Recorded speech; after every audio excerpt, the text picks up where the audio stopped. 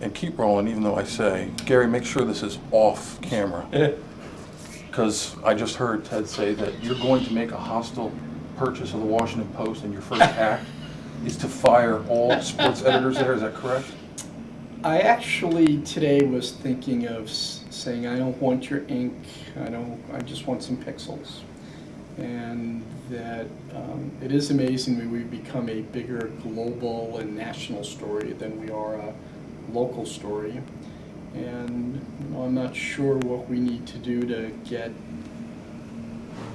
the attention we deserve, other than play well and win a Stanley Cup. I think that, to me, it's really clarifying right now that until we win a Stanley Cup, we can't be the lead story. And so now we're trying to work our way over high school football, and then get back into being one of the main sports in the newspaper. And Tarek does a great job, and he's doing a lot on the web. And I think we should try to get more on the web. I mean, that's where our customers are anyway. So I don't feel that bad that we're not in the physicality of the traditional media, but I would like more pixels. Yeah. Now, 4,000 plus new full season ticket holders in here for hockey this year. That's great news, but that necessarily means much longer beer lines. How are you prepared to address this crisis? I might be on call to physically deliver the beer. I was highly criticized over the years in doing that with the blue cotton candy. So for your readership, they should be happy to know that if they're ever in a desperate situation, not being able to have a brew run, then I'm here to serve. Media, new and old, is fairly in love with your hockey team this fall. There are common forecasts for Stanley Cup contention. I'm imagining that maybe in the last 6 months or so, you had a moment where you sort of identified that all of the hard overhaul work had been achieved and that you had actually arrived at Cup contender status. Did you have that moment, and if so, when was it? I don't want Cup contender status. If we win a Cup, then I'll gloat. I do think that we were overly transparent with what we said we were going to do, and we did articulate a plan, and we've stuck with it. And it's pretty much on the schedule we said. We said it would take 3 to 5 years to build a contender, and once we did, we'd probably be good for a long, long time. So I'm hopeful that our fan base gets used to this, that we should always be in the mix for the foreseeable future. We have the right guy signed for the right length of term, and we have the right coach and the right system in place. Now we need some luck. And I know that sounds funny, but when you look, health is going to be a really important issue. I just was holding my breath during the preseason that we didn't have some big blowout injury. And then getting some good officiating at the right time, it's very, very helpful. Especially in Game 7. I have lost the last 2 playoff series in overtime shorthanded, and we have to be good enough to get over that. And then one of these days, a puck's going to hit a post and go in instead of hitting a post and coming out. And so all those things have to come together, and then we can win a cup. And it's good.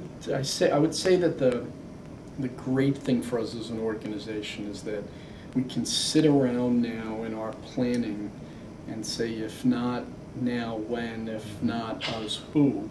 And it's not a slogan. Right. I mean, the guys really believe that they're a team that, if we make the playoffs, can go deep in the playoffs and win a cup. Right. Earlier this off-season on the blog, I asked the question, looking back to last spring and the atmosphere in this arena, and especially the conspicuous absence of opposing fans, I asked the question, can it get any better than that? Here we are, at the start of a new season where a lot of people are really high on the Caps. As you think about the reaction of your fans, the ticket sales, and especially that atmosphere, can it get any better than that? Yeah, we have to do that every game. This will be our real test to see how we do through the year, because when we signed Jaromir Jagr, our team started to flip. We sold a lot of tickets that year. There was a lot of excitement, and then the team didn't make the playoffs. And we took a bunch of steps back, and then we had the lockout, and we took further steps back. So we've now dug back out of the hole, and we've connected with a new generation of fans, people who move into the area, and we've pulled a lot of the people who were upset with us during the rebuild, during the lockout. They've come back too. My goal, I'd like to finish the year, or certainly go into next year, with 12,000 full season tickets. It's been my goal since I bought the team. That will give you the excitement as if you were a team that just got a city that just got an expansion team. I will say it's a lot of tickets.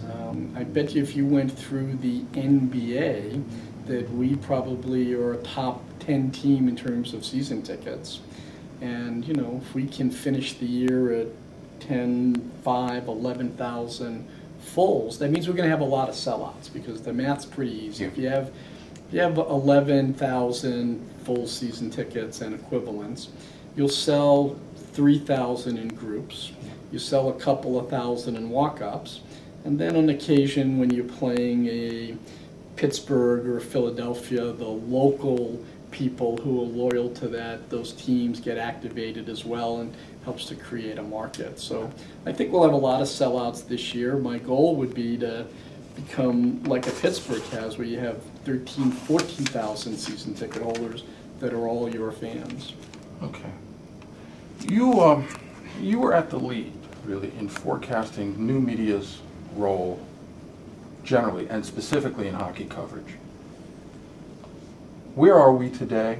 And I'd also like you to reflect a little bit on what it is about hockey that seems, or NHL hockey, that seems to lend itself to this committed, rabid coverage by new media, and where are we going to go from here?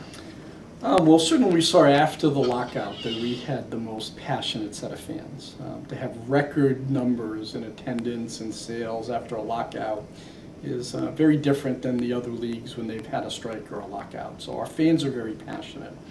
It also means our fans are very educated. They're the most wired of the fan bases, the most educated.